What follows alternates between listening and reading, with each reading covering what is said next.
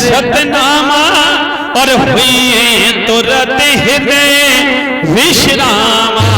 कहा कि तुम जाओ शंकर जी का ध्यान करो, क्योंकि शंकर जी को तुम्हारे जैसे भक्त बड़े अच्छे लगते हैं। आज इतना कहने के बाद में नारद वहां से चले गए तो एक विद्वान कहता है कि भगवान राम को इस कारण इस भूतल पर आना पड़ा देव ऋषि नारद के श्राप देने पर। और बताया है कि एक विद्वान कह रहा है कि भगवान विष्णु जो थे उनको इस भूतल पर आए तो राम बनना पड़ा, और विश्व मोहिनी सीता मैया बने। बंदरों ने सहायता की भगवान की, और शंकर जी के जो दो गढ़ थे वो रावण और कुंभकर्ण बने। इसलिए भगवान को आना पड़ा, इसलिए भगवान को आना पड़ा, क्योंकि हरि अनंत और कथा अनंता और गावों सुबे बहु विधि सब संता।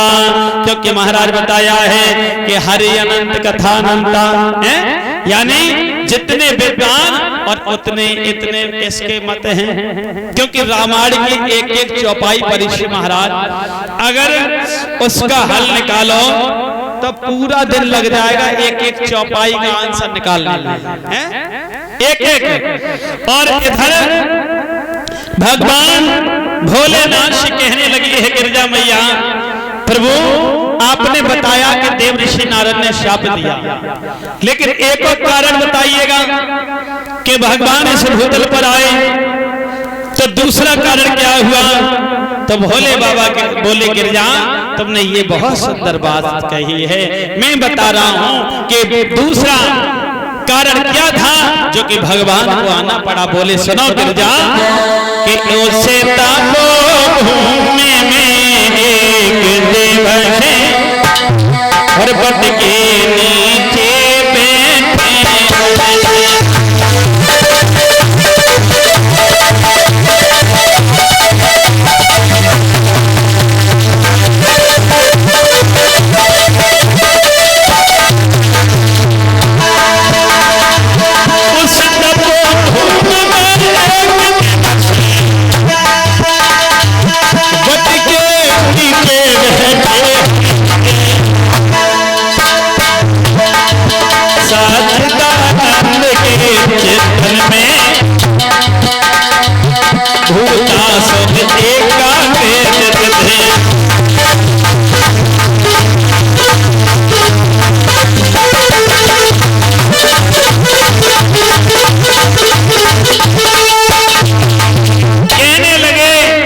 भूतल पर जब अत्याचार बढ़ गया, अगर अधर अपमान होने लगा, एक बार जिस समय विद्वानों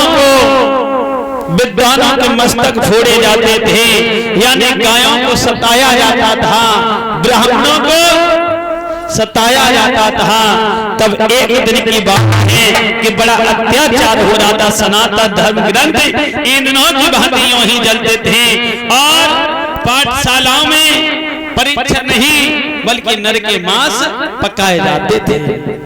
जब इतने वचन कहा कि गौशालाएं सभी तोड़ दी गई, बड़ा अत्याचार हो रहा, महात्माओं को पकड़ करके जबरदस्ती मदिरा पान कराई जाती थी। तो ये जो पृथ्वी है पापों से दबने लगी, सो उससे दुख देखा नहीं गया। एक गाय मां का भेष बना करके पृथ्वी मैया आगे भागने लगी। जब पृथ्वी मैया गाय का भेष बना करके भागी है, जब भागी तो इधर कहां पर पहुंची? ब्रह्मा जी के सभा में। पृथ्वी मां गाय का भेष बना करके ब्रह्मा जी की सभा में पहुंची, और गाय मां के मुख से आंसू बह रहे हैं, अश्रुधारा बह रही है। उसी समय देवता कहने लगे हैं क्या करें? वहीं पर सभी देवता इकट्ठे हो गए ब्रह्मा जी के पास, कहा प्रभु कुछ करिएगा।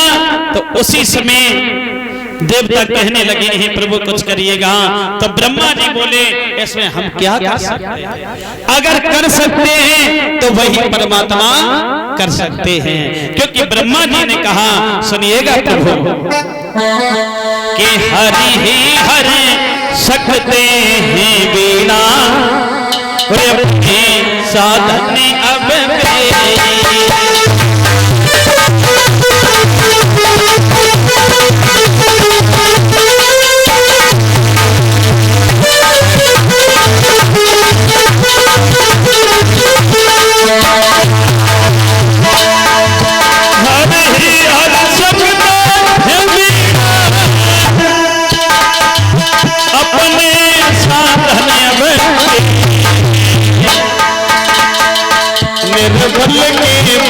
निर्बल के उड़े निर्धन के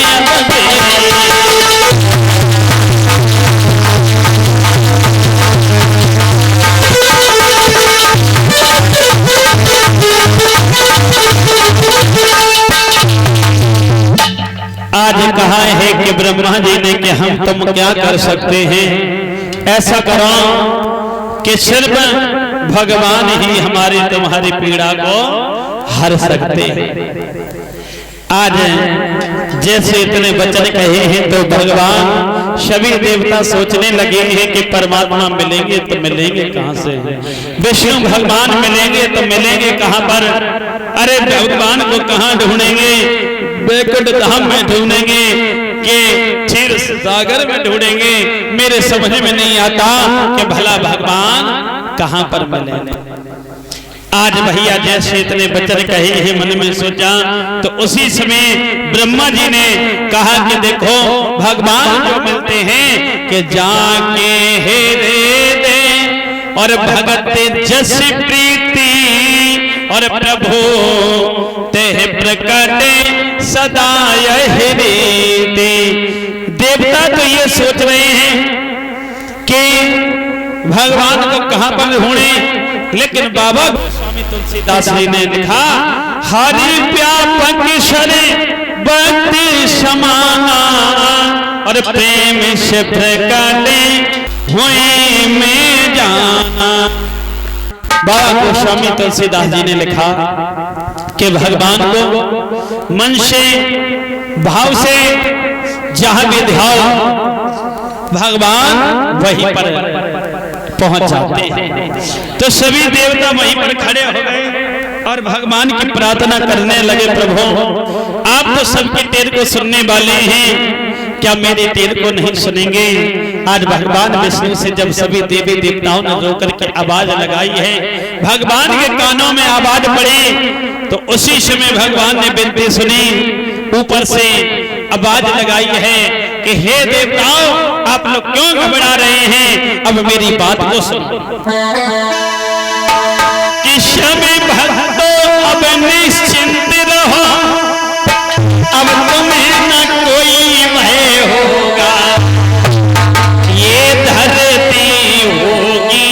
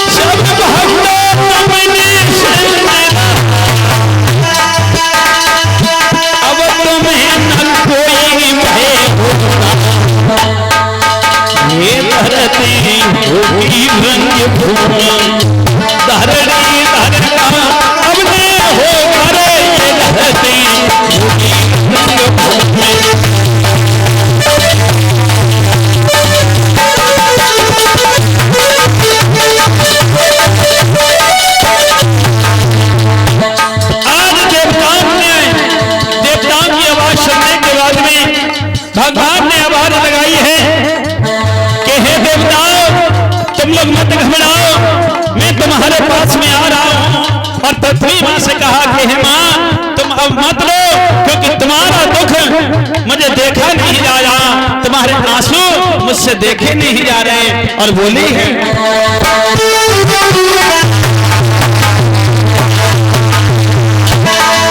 पृथ्वी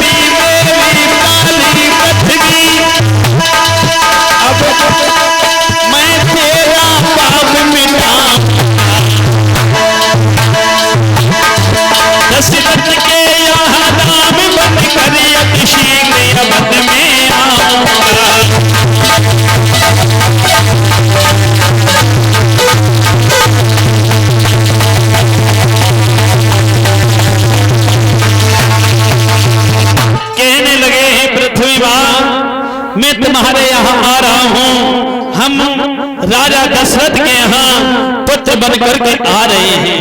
जब भैया सभी ने बात सुनी है और एकदम से बात सुनने के बाद में ऐसा मालूम हुआ परीक्षित महाराज कि जैसे कि डूबते हुए को तिनके का सहारा मिल गया।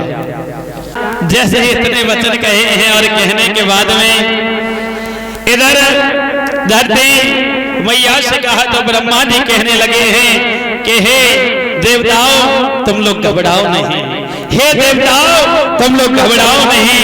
ब्रह्मा ने कहा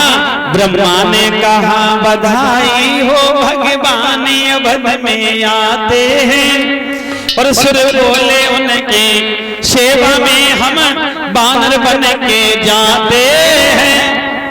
ब्रह्मा जी ने कहा कि बधाई हो भगवान अवध में आ रहे हैं। जैसे इतने वचन कहा कि हमारे तुम्हारे दुख को हरेंगे और देवता कहने लगे हैं भगवान आप चिंता मत करो, हम बानर बन करके और पृथ्वी पर जा रहे हैं भगवान की सेवा करने। जैसे इतने वचन कहे आए इधर गौर करते हैं महाराज के देवता भगवान विष्णु ने देवताओं को आश्वासन दिया और इधर बताया है कि जो राजा दशरथ है ना ये परीक्षित महाराज अज के पुत्र हैं।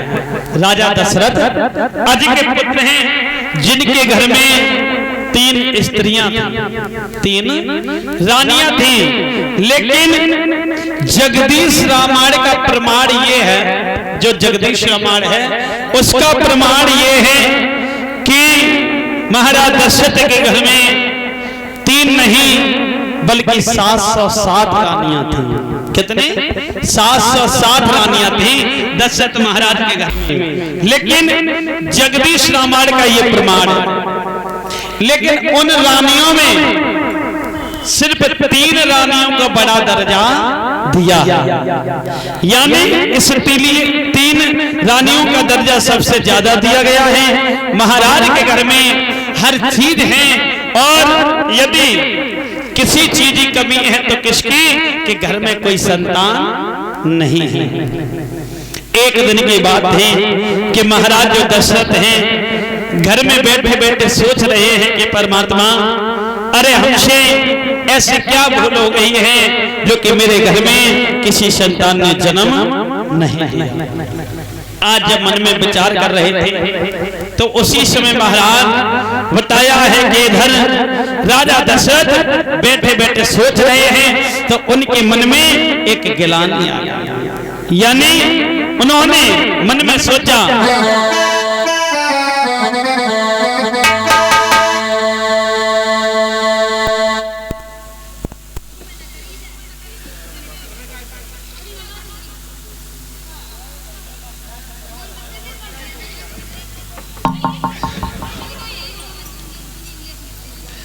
एक अच्छा सा कोई पात्र मंगा लो, उसमें दूध कर लिया करो।